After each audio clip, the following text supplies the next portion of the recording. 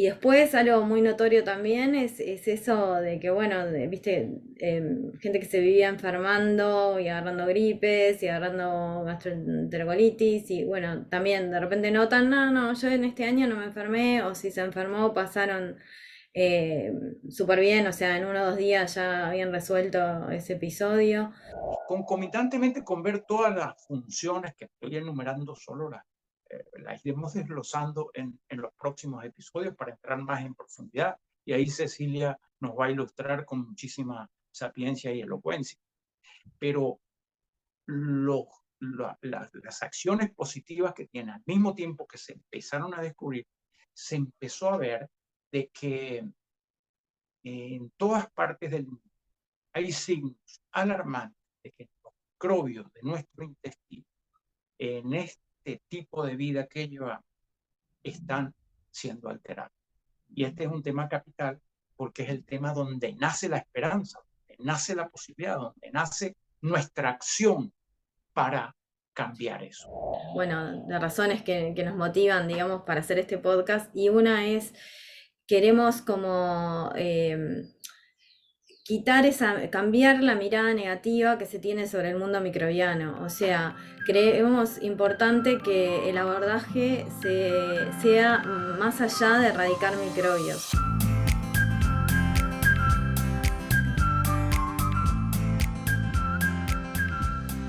Bueno, ahora sí. Bueno, bienvenidos y bienvenidas a Tu microbiota en la salud y en la enfermedad. Esta es una nueva serie que estamos inaugurando con el doctor Miguel Rodríguez. Mi nombre es Cecilia Canales, soy coach en nutrición por el Instituto Integrative de Estados Unidos. Hace ya 9 años que me gradué y bueno, y me especialicé en todo lo que es salud gastrointestinal. Recuerdo que en esa época, y de esto estamos hablando justamente hace 9, 10 años, ya se hablaba en ese entonces, o se había comenzado a hablar en los cursos de lo que era la microbiota intestinal y cómo afectaba la salud, cómo afectaba la enfermedad. Se hablaba de la microbiota como un órgano más dentro del cuerpo humano y que tenía más funciones que el hígado. Entonces, desde un primer momento me fascinó el tema y bueno, a partir de ahí no he parado de investigar, ahondar y estudiar todo esto. El año pasado culminé mi certificación como analista en microbiota intestinal por el Restoration Center, por el Microbiome Restoration Center de Australia, que en particular tiene el enfoque que a mí más me gusta, que es lo de amigarse con este ecosistema, y de lo cual estaremos hablando un poco más en este episodio y en futuros episodios. Y actualmente, bueno, me dedico al análisis de la microbiota intestinal en personas que me llegan tanto derivados como por profesionales, como personas que están como ávidos de investigar y de tratarse en forma preventiva. Y bueno, me dedico justamente a lo que es elaborar planes para restaurar y manipular ese ecosistema, tomándolo como algo desde un punto de vista integrativo y holístico. Y bueno, las herramientas que utilizo son específicamente prebióticos, probióticos, postbióticos, seleccionados específicamente para cada caso. Y, y bueno, hasta el momento es un área que no deja de crecer y no deja de impactarme. O sea que siempre hay algo nuevo para estudiar, siempre hay alguna información nueva que sumar y los resultados son increíbles. Eh, y bueno, le paso la palabra a Miguel para que se presente. Ay, muchas gracias, Cecilia. Bueno, mi nombre es Miguel Rodríguez. Mi profesión es, yo soy médico, médico preventivo en el área ocupacional. Tengo muchos años en eso. Y no tengo las credenciales de microbioma que tiene Cecilia. Cecilia ha sido como mi asesora, mi mentora en el tema de la microbioma. Pero vengo a hablar sobre el tema fundamentalmente desde el punto de vista vivencial o testimonial. porque hace 7, 8 años y yo comencé con una enfermedad que me vinculó directamente con el microbio.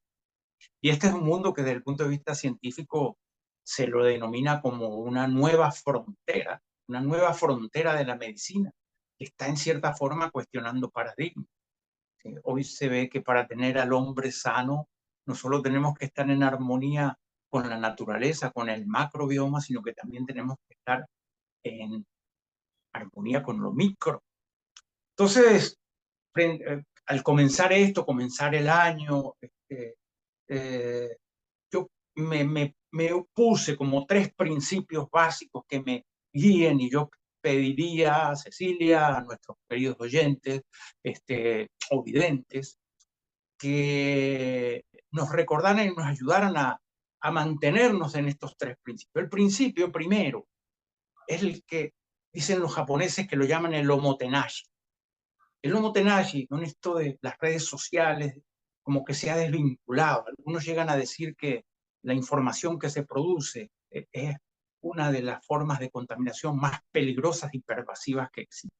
Entonces, el omotenashi, este concepto japonés, es el de extender más allá la hospitalidad, el de compartir conocimientos, ideas que a veces son contrapuestas y conflictivas, pero sin conflicto. O sea, el de contraponer conocimientos, experiencias, en la idea de mejorar en conjunto y de tener como una filosofía de vida, no de competencia, sino de interacción. Y esto tiene mucho que ver con nuestra acción con el microbioma. Omotenashi es nuestro primer guía en nuestro podcast. Nuestro segundo, eh, eh, que yo me lo he planteado como un código de honor, es la generosidad. La RAE lo define como sobreponer con la intención, con la voluntad, sobreponer el decoro al interés y a la utilidad. Entonces, en este podcast, mantener la generosidad. Y si hablamos de este filósofo hindú, Aydin Shah, él dice que la generosidad la lleva a un nivel más sufí, diría yo. Y dice, la generosidad es la capacidad de cumplir con nuestras promesas y con las promesas que nos hacemos a nosotros mismos. Es quizá donde el punto más álgido. Y en este podcast y también en nuestra vida, obviamente, el poder mantener una generosidad en el cumplimiento de nuestras promesas, quiero que sea uno de nuestros principios rectores. Y el tercero, yo soy uruguayo de origen, pero tengo toda mi vida, tengo 40, casi 50 años viviendo en Venezuela. Algo que leí ayer de los uruguayos que me hace sentir como perteneciente, ser parte de esa comunidad, de una forma de pensar. Y es algo, me mandaron un video de Nando Parrado, uno de los sobrevivientes de los Andes, y él habla de su experiencia. Y entonces dice una frase que a mí, con esto de la neurociencia, la microbioma, me ha estado rodando mucho, pero que me parece una síntesis, que la mamá de mis hijos dice, es que los uruguayos tienen una forma de pensar muy privilegiada, muy especial. Nando Parrados dice, el pánico mata, pero el miedo no salva.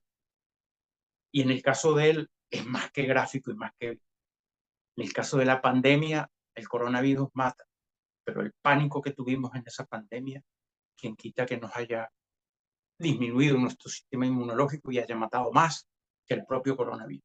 Entonces, antes de preparar este podcast, hoy en la mañana yo estaba deslizándome entre el pánico y el miedo. Decidí asumir y agarrar el miedo que uno tiene cuando se trata de comunicar. Entonces, yo invito a que lo apliquemos en nuestra vida, es muy útil. La neurociencia lo confirma. Cuando tenemos pánico, nuestro cerebro reptil, nuestra amígdala, agarra el control y no hay conciencia que valga, no hay voluntad que valga. Esquivemos el pánico, utilicemos el miedo como un motor. Entonces, este podcast nos emociona mucho. En el caso mío, como les decía, la microbioma o mi comunicación con la microbioma ha sido vivencial. Después de un cáncer de colon, obviamente, los probióticos hace 7 años, bueno, va a ser en una semana 7 años exactamente, se me indicaron como unos compañeros de vida absolutamente indispensable. En aquel momento yo desconocía todo, lo vi como, bueno, nunca tomé medicinas en mi vida, de ahora en adelante tendré que empezar a tomar estos bichitos vivos que son los probióticos. Y empecé por tomar pastillitas y al año y medio empecé a producirlos en mi casa y eso es lo que quiero compartir con ustedes. El milagro de la segunda parte de mi vida es como un mensaje expansivo de esperanza, de que pues mucho lo que podemos hacer por nuestra salud. Entonces, humildemente, Miguel Rodríguez es mi nombre, soy médico ocupacional, estoy tan emocionado con esto que estoy por empezar los cursos que Cecilia ya tiene muchos en el Microbiome Restoration Center en Australia y estoy comenzando una práctica muy humilde de apoyo en el terreno de la salud gastrointestinal que como iremos desglosando, ustedes verán que pica y se extiende. Te paso, Cecilia, la posta. Bueno, yo también voy a tener que sacar de mi amígdala el tema del pánico. Pero bueno, no. En realidad nosotros con Miguel nos conocimos a través de Marcelo Montes de Oca, un reconocido médico uruguayo también, dedicado a la medicina china y bueno, y estamos muy agradecidos los dos con él porque bueno, fue a través de él que nos pusimos en contacto, digamos, a través justamente de un grupo que tenemos que se llama Microbiota y bueno, en el que se discuten temas diversos y muy interesantes. Y bueno, así que de esa forma llegamos a conocernos. Y bueno, en particular queríamos empezar un poco comentándoles cuáles son los motivos para realizar este podcast. O sea, queríamos en este episodio especialmente dejar claro los motivos por los cuales que nos gusta el estudio de la microbiota y por qué pensamos que le puede beneficiar a las personas el hecho de cuidar este ecosistema y mantenerlo, ¿no? En buena salud. Entonces hay cuatro mega razones por las cuales creemos que es importante y bueno, con la primera la va a describir Miguel y bueno, luego seguimos. Sí, bueno, yo quisiera agregar algo a lo que dice Cecilia, de cómo nos conocimos, ¿no? Bueno, ese grupo de microbiota, nosotros entramos desde la parte humana e intestinal. En ese grupo de microbiota estamos viendo la dimensión de la agricultura de la microbiota. O sea, productores agrícolas, cómo incrementar la producción de animales, de semovientes, y sorprendidos del impacto de la microbiota en la parte, no solo en la parte humana, sino en la parte también agraria. Y algo que a mí me interesa mucho y que yo veo que es como de destino, si es que existe, es el hecho de que Cecilia en cierta forma está honrando su genio, su sistema. Ella me confesó, me contó que de niña ayudaba a su papá, que es ingeniero agrónomo en fitopatología vegetal, a traducir papers, estudios del inglés que hablaban fundamentalmente de bacterias. O sea que Cecilia llegó a este terreno con un fuerte componente genético, que obviamente su fenotipo lo puso, lo expandió más. Entrando en el tema el primer punto que queremos compartir hoy es por qué el microbioma, qué significa el microbioma y por qué esta explosión, porque verdaderamente después del coronavirus, uno de los temas que más producción científica y efervescencia en el terreno de la investigación y de la producción de nuevos conocimientos es el microbioma. Y esto es un fenómeno que no tiene apenas 20 años y que en los últimos se ha incrementado mucho. La misma pandemia mostró la importancia del microbioma. Primero que nada, definir qué es microbioma. Microbioma versus macrobioma. Macrobioma es todo lo que el hombre ha entendido en los últimos años y es que para tener una supervivencia sustentable en el planeta necesitamos estar en armonía con los seres vivos, con el agua, con el aire limpio. El microbioma fue la contraparte en la parte microscópica de los microbios de esa misma interdependencia, de esa misma, diríamos, simbiosis, que es un término médico que quiere decir cuando dos o más organismos se relacionan, todos se benefician de la relación. Entonces, este concepto de microbioma, una de las primeras imágenes que a mí me impactó mucho y la sigo repitiendo siempre, es los experimentos de Jeff Gordon en la Universidad de Stanford, en Estados Unidos, hace yo creo que una decena de años, en su laboratorio, que trabajaba con ratones, y descubrió que los ratones todos con la misma cepa genética, misma alimentación, etcétera, pero algunos eran obesos. Él, por bueno, la curiosidad, la inventiva, no sé qué fue lo que lo incitó a extraer heces del ratón obeso y ponérsela al ratón delgado. ¿Y qué pasó? El ratón delgado aumentó de peso. Y hizo lo contrario con microbioma de ratón normal al obeso y el obeso adelgazó. Y después lo hizo también con microbioma o gérmenes de seres humanos a los ratones y también lo logró. Eso generó verdaderamente algo que durante toda la historia de la humanidad se consideró que en el colon sí sabíamos que había muchas bacterias, pero en fin, eran bacterias.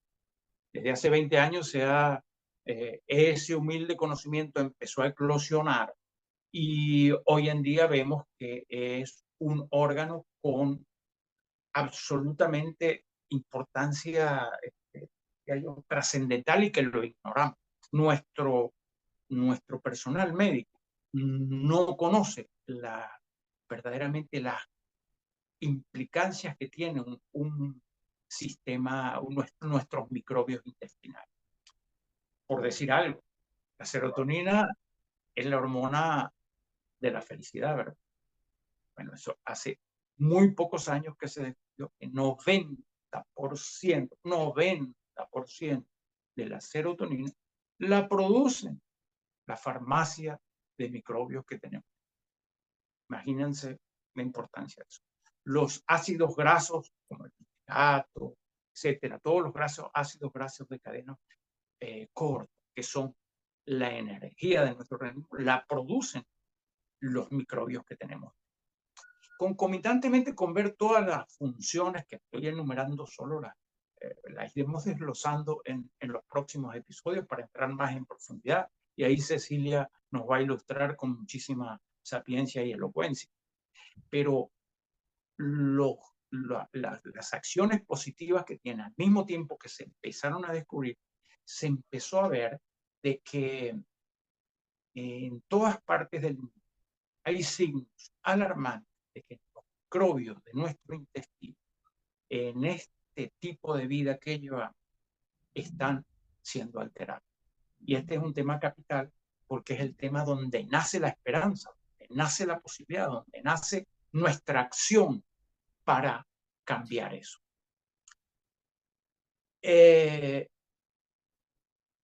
Concretamente se descubrió en 1900 estudios que lograron analizar microbiota de hace 50 años de diversas partes descubrieron que comparado con lo que el Homo sapiens tiene hoy alrededor de todo el planeta, con honrosísimas excepciones, teníamos el doble de biodiversidad en nuestro microbioma. El microbioma hoy en día está reducido a un 50%. Y ahí se apareció inmediatamente el término médico, el diagnóstico que nomina esta situación, disbiosis. Y ya es un término que está empezando a sonar. La disbiosis es una pandemia. O sea, todo el Homo sapiens en el planeta tiene eso. ¿Quiénes se salvan? Las comunidades que están aisladas de nuestro avance tecnológico, sobre todo de nuestra alimentación, pero no solo de la alimentación, sino también de nuestro estilo de vida. Comunidades aisladas. Nuestros indígenas Yanomamis de aquí son objeto de interés para la comunidad europea y para un fondo que se hizo con Estados Unidos para recuperar los microbios que hemos perdido, que estaban en nuestra microbiota hace 50 años y hoy no están más. También hay comunidades aborígenes en Australia, algunas en África también, donde el estar atrasados los ha preservado y les ha mantenido una microbiota biodiversa. Tener biodiversidad en nuestra comunidad intestinal significa salud, significa que nuestra jungla de microbios está cumpliendo la función de mantener nuestro sistema inmunológico, de producir esas hormonas que son tan importantes para nuestra vida, de producir las células que nos dan la energía, de digerir nuestros alimentos, de generar vitaminas. O sea, las funciones de la microbiota hablan verdaderamente de un mensaje de unión que es de una importancia capital.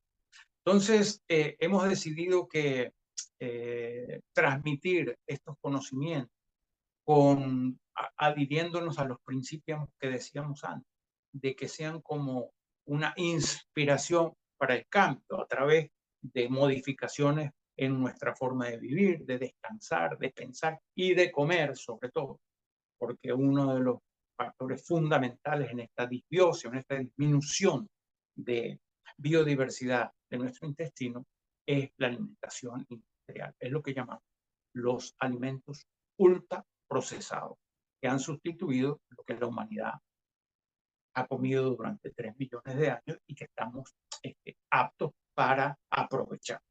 Los alimentos ultraprocesados, bueno, muchos investigadores con mucho peso científico dicen que no, están discutiendo eso en la Organización Mundial de la Salud, que no deben ser catalogados como alimentos, que no son alimentos, son sustancias que no son naturales.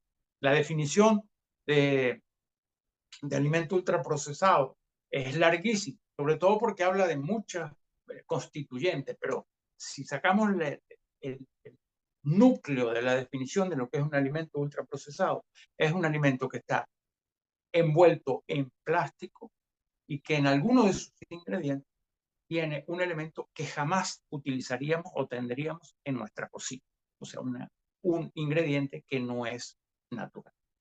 Entonces, esto es de una importancia y de una trascendencia muy grande porque nos posibilita, y esto es algo que también va a tocarse un poquito más adelante, la acción, es que el conocimiento, la transmisión de las experiencias, en cierta forma, son como una inspiración para mejorar nuestra calidad de vida. Yo lo dejaría por aquí, Cecilia. Bien. Bueno, no, siguiendo un poco con lo que estabas diciendo, pasamos al segundo punto, digamos, bueno, de razones que nos motivan, digamos, para hacer este podcast. Y una es, queremos como cambiar la mirada negativa que se tiene sobre el mundo microbiano. O sea, creemos importante que el abordaje sea más allá de erradicar microbios, que no sea esto un intento de descubrir qué bacteria encontramos y cómo eliminarla, sin mirar esto, sin mirar el bosque, ¿no? Tenemos que ver esa bacteria y todo lo que uno encuentra en ese ecosistema y parte de esa restauración debe ser el enfoque en esas bacterias probióticas o bacterias benéficas que producen justamente todas las sustancias que estaba hablando Miguel. Y en mantener esa diversidad, ¿no? Esa abundancia de diferentes especies y esa correcta distribución de las mismas que hace que este ecosistema realmente sea beneficioso para nuestra salud, porque así como estamos hablando de todas las bondades que produce, los desequilibrios en este ecosistema también pueden llevar justamente a la enfermedad. Y bueno, parte de lo que queremos justamente es tener como, bueno, esa mirada más abierta de ver esto como lo que es, como un conjunto de bacterias integradas en las cuales se necesitan porcentajes de protobacterias, que son, bueno, si se quiere, estas bacterias que podrían llegar a ser como productoras de enfermedad o más inflamatorias, se necesitan en determinado porcentaje, pero no es necesario erradicarlas, sino bueno, mantener todas las demás que van a controlar mediante cambios de pH en el intestino, mediante diferentes acciones o por abundancia nomás, van a controlar diferentes desequilibrios. En particular, por ejemplo, el uso indiscriminado de antibióticos, que obviamente es algo con lo cual nadie está discutiendo el uso o no de antibióticos, solamente que bueno, que debe tener también esa mirada, ¿no? De un uso consciente, o sea, de también colaborar en tener un ecosistema que no sea perturbado, digamos, por ese uso de antibióticos, y que eso lleve a un peor estado de salud. Hay muchas cosas que uno puede hacer en forma preventiva, que uno puede colaborar justamente mientras está tomando antibióticos o antes o después para que el uso no sea tan, no implique un deterioro masivo de ese ecosistema. En particular hay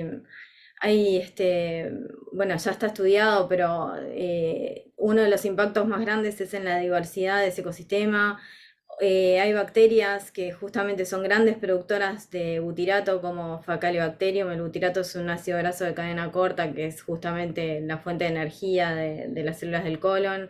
Se le está encontrando un montón de usos a nivel sistémico, o sea, y todas esas bacterias o otras como bifidobacterias que son más conocidas porque están presentes en probióticos, que bueno, que lo que hacen es proteger contra el daño intestinal, estimular la inmunidad, producción de vitaminas B.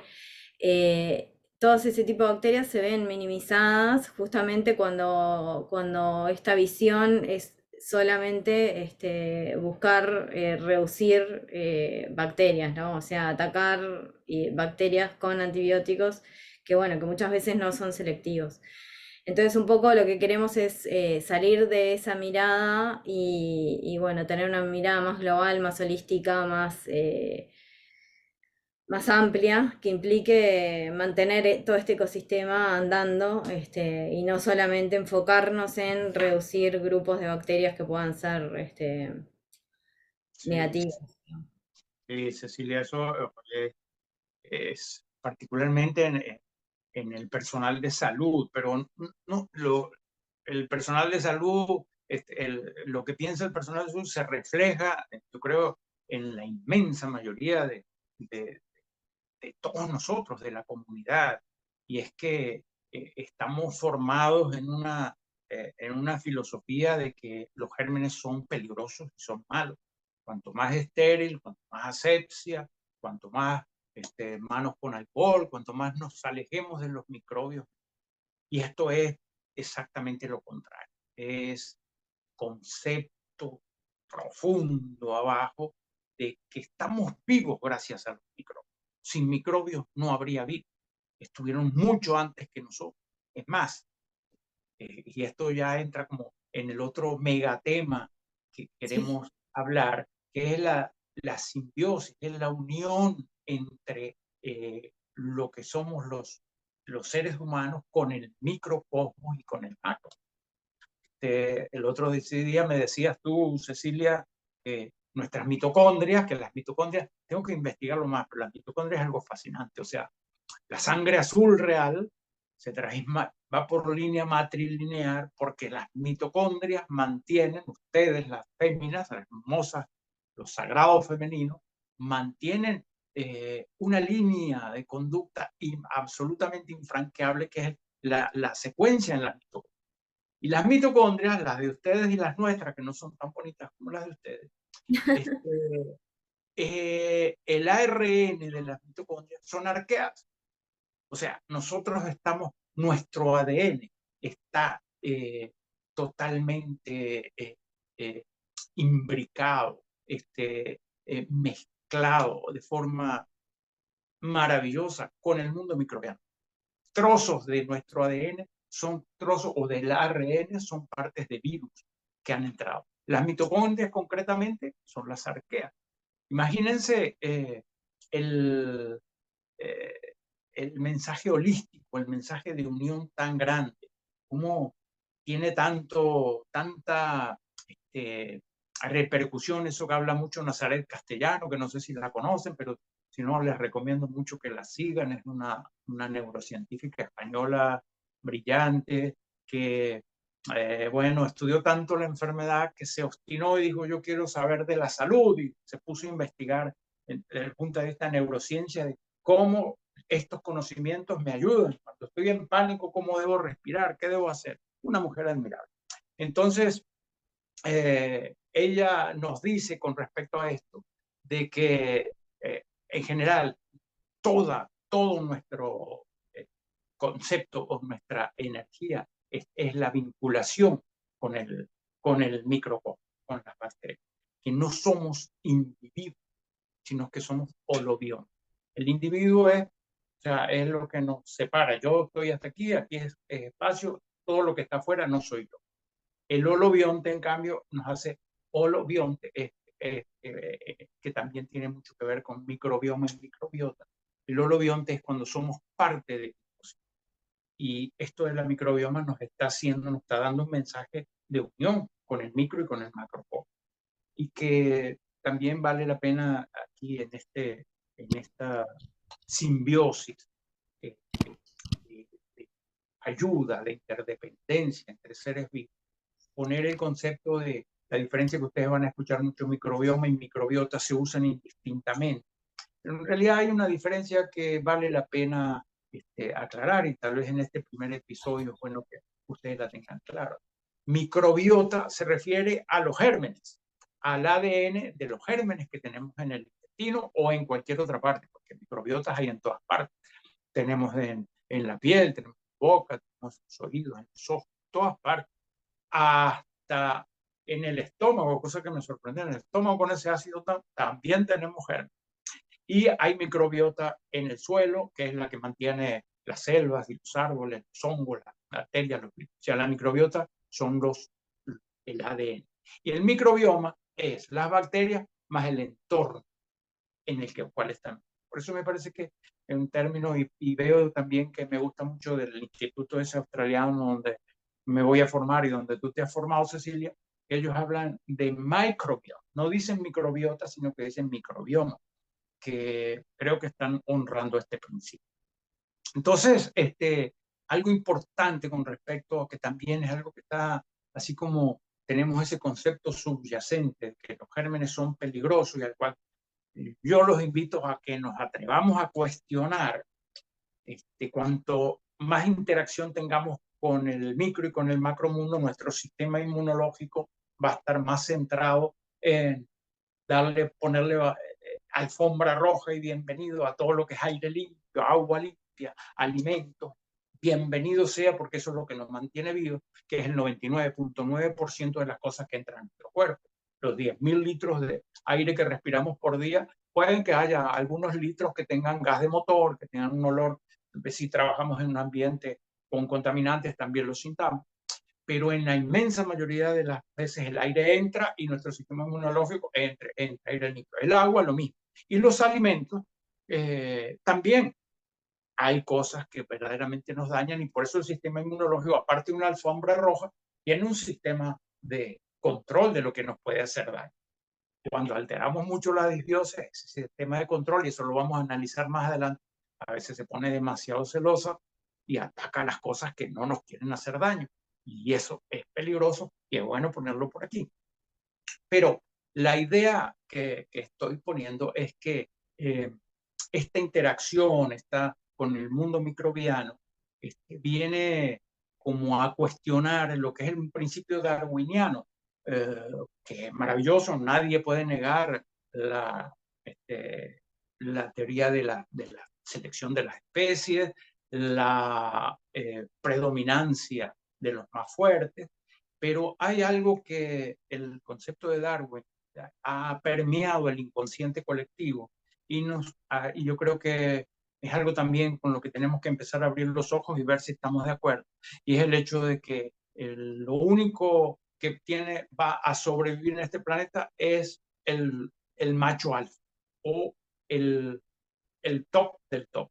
Los que no son macho alfa, beta, gamma, no es lo ideal. Y todos peleamos para ser macho alfa y de ahí la competencia feroz en vez de la interdependencia. Y el planeta, bueno, Lynn Margulis, que es una, una filósofa de la biología maravillosa, ella dice que no es competencia, sino que es interdependencia. Eso habla de simbiontes, o sea que somos, todo el planeta, toda la vida es interdependiente. Por supuesto que hay cuando se genera un espacio, porque se van mis gérmenes buenos con esto de mi mala alimentación, alimentos procesados, mi estilo de vida, el estrés, duermo poco, etcétera. Ese espacio que queda de gérmenes buenos que se van, los malos lo aprovechan. Pero es sencillamente un toma y dame, tira y afloja, toma y dame.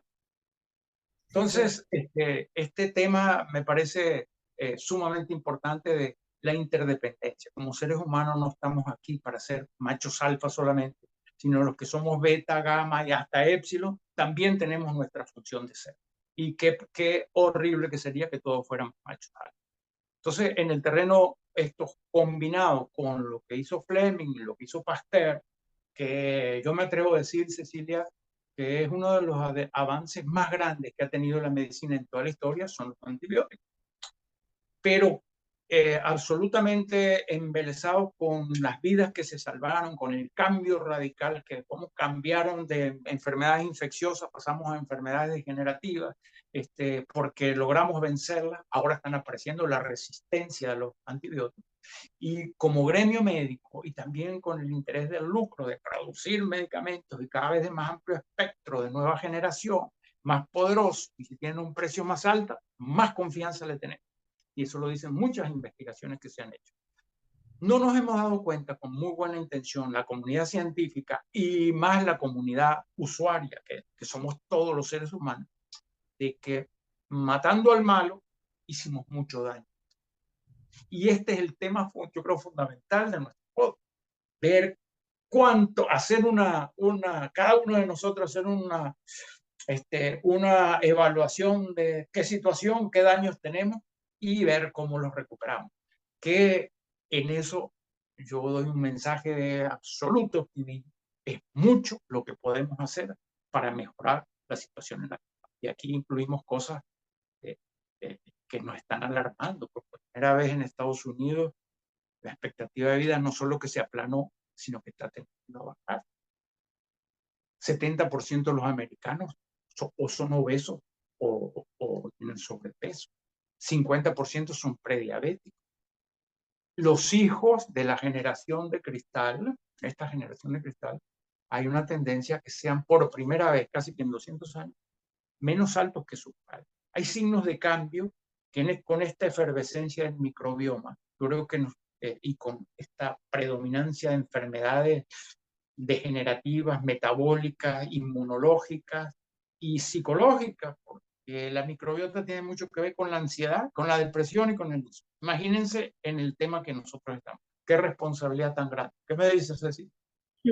No, bueno, y eso va de la mano con otro de de los motivos por el cuales queremos hacer este podcast o esta serie, que es el poder empoderarnos, ¿no? O sea, el poder plantearle a la gente que tome acción y que no sea siempre como en respuesta a lo externo, sino que, bueno, uno puede prevenir y puede tomar cartas en el asunto mucho antes de desarrollar una enfermedad.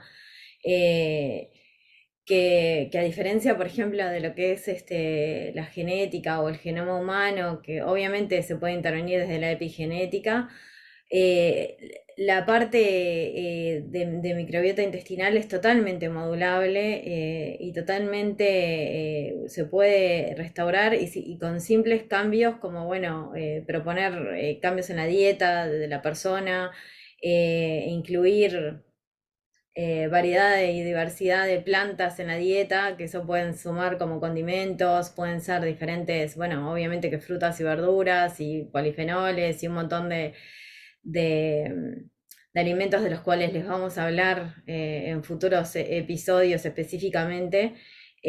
Como moduladores, digamos, pero bueno, es algo en lo que creo que a mí por lo menos lo que más me motiva es ese poder tener como una herramienta para poder mejorar la salud y prevenir la enfermedad y lo ves después en los resultados, ¿no? Gente que lo primero que te dice es que, bueno, de sentirse, viste, levantarse cansada o levantarse falta de energía, empieza a sentir como, no, llego bien hasta la noche, o sea, son como cosas que los primeros cambios en general cuando uno trabaja la alimentación y trabaja en mejorar este ecosistema es a nivel de energía, sin duda. Y después algo muy notorio también es eso de que, bueno, viste, gente que se vivía enfermando y agarrando gripes y agarrando gastroenterolitis y bueno, también de repente notan, no, yo en este año no me enfermé o si se enfermó pasaron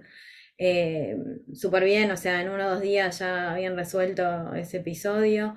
Y eso, bueno, nada, como medicina preventiva, ¿no? Más allá de hablar específicamente de casos en los cuales hay mucha investigación en la relación de desequilibrio que puede existir a nivel de microbiota y la enfermedad, pero pienso que, bueno, que en definitiva todas las posibilidades que se abren en cuanto a prevención y mejora de la salud, a la calidad de vida,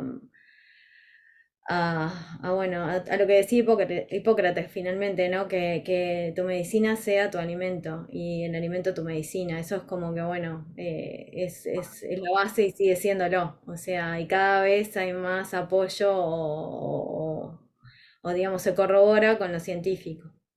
Ujú. Eh, y bueno, de hecho, muchas de las funciones que ya las has nombrado, pero toda esta parte de mantener todo este ecosistema en buen estado mediante la alimentación, por ejemplo, y el uso de prebióticos específicos y demás, pero bueno, lleva justamente a mantener un buen sistema inmune, ¿no? A modular ese sistema inmune, a promover el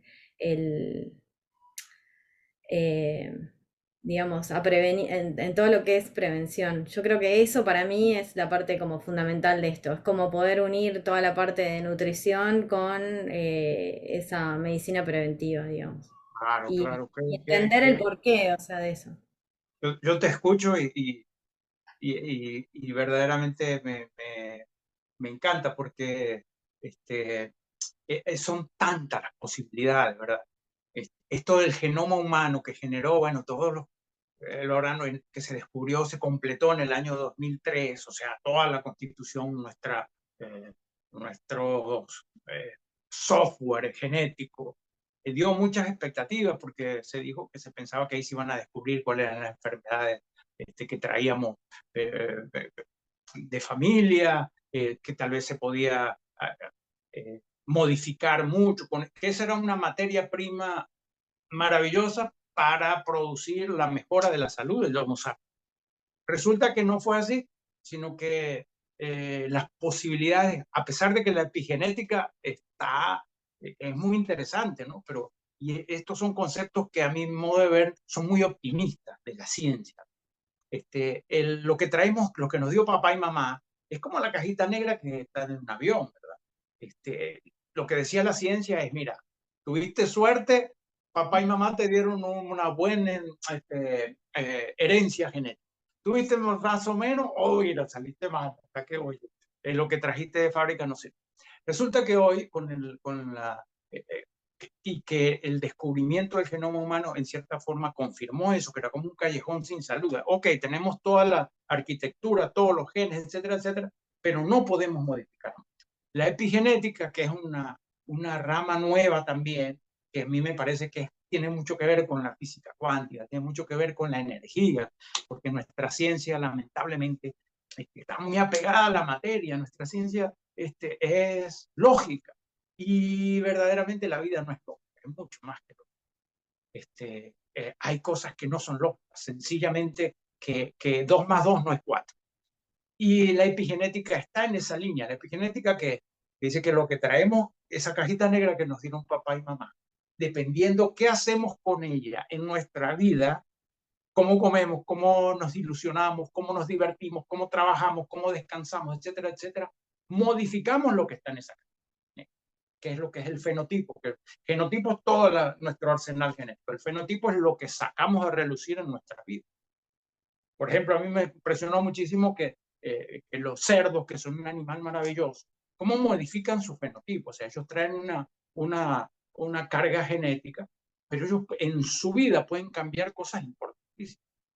Yo no sé si será verdad, no lo he corroborado, pero a mí me impresionó mucho que un cerdo de criadero, que consumimos, si se libera y se transforma en un animal salvaje, lo que se llama un chancho salvaje, un cochino salvaje. Todos los cerdos de criadero tienen uno los ve de perfil y tienen un ángulo. Resulta que cuando se hacen salvajes, ese ángulo se les aplana y les queda así plano, como el del jabalí, como el de los pequeños páquiros, chácharos, pecaríes, que son los pequeños cerdos selváticos de aquí del trópico.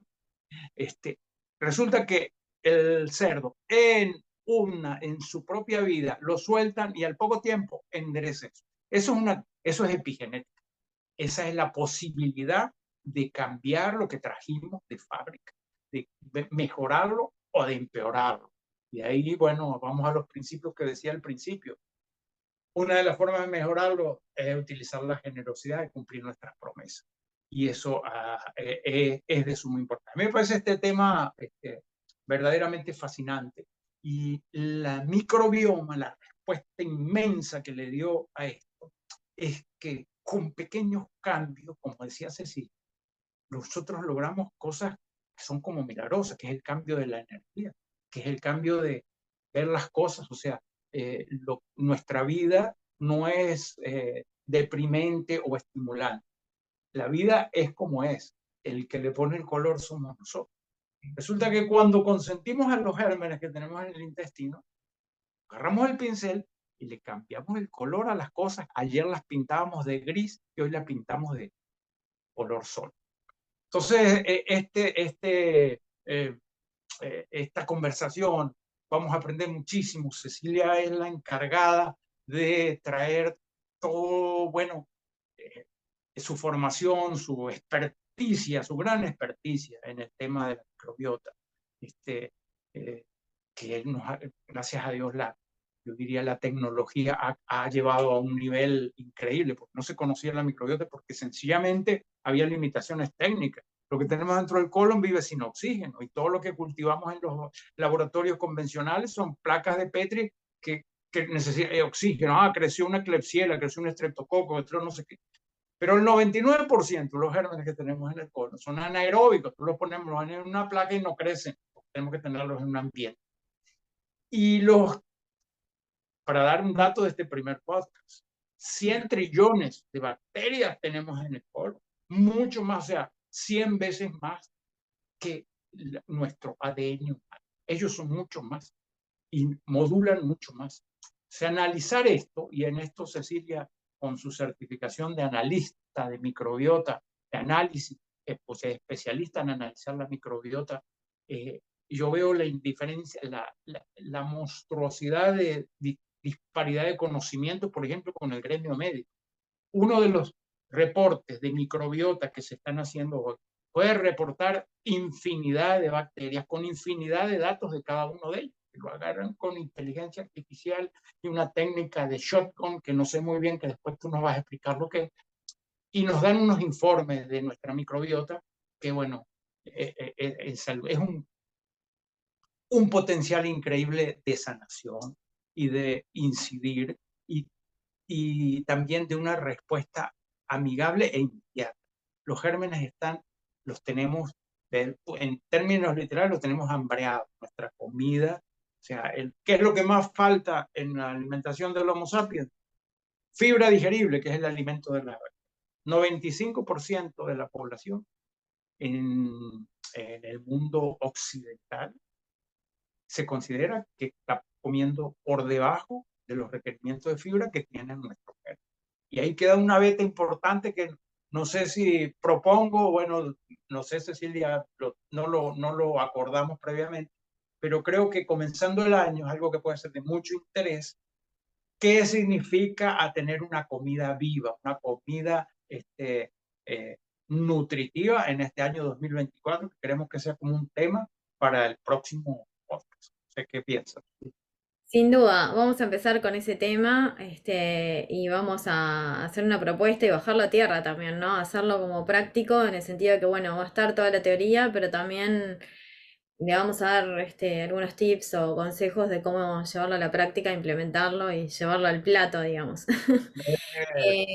Sumar esos colores que necesitamos, esos polifenoles, esos catequinas, bueno, un montón de alimentos que suman y que son, que van a ser la base, ¿no? O sea, que cuando uno arme el plato tenga toda esa diversidad y se acuerde de la diversidad que tenemos que mantener dentro nuestro.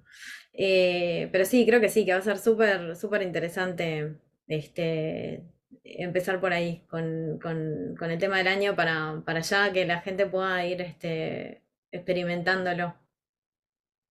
De acuerdo, de acuerdo. Sí, y de eso se trata, ¿verdad? La vida es cambio. Nosotros tenemos una inercia natural, todo lo que significa cambio, inmediatamente sale la fuerza de reacción que dice, no, pero no quiero cambiar. Pero aquí vamos a desafiar esa inercia que no nos deja cambiar. Verdaderamente la vida es cambio y el abrirnos a la posibilidad de cambiar sencillamente puede hacer el milagro. Creo que, no sé si algún otro comentario, Cecilia, algo que... No, vamos a empezar por ahí, o sea, empecemos el año con ese primer episodio basándonos en la alimentación y bueno, ya iremos, Me gustó lo de Hipócrates. ¿Por qué no cerramos con eso? Repítelo, por favor, porque es bueno grabarlo. Me gustó mucho. bueno, que tu medicina sea tu alimento y el alimento tu medicina. Ese es Maravilloso, como el resumen. maravilloso, maravilloso. Bueno, muchas gracias. Los veremos en el próximo episodio. Igualmente, nos vemos.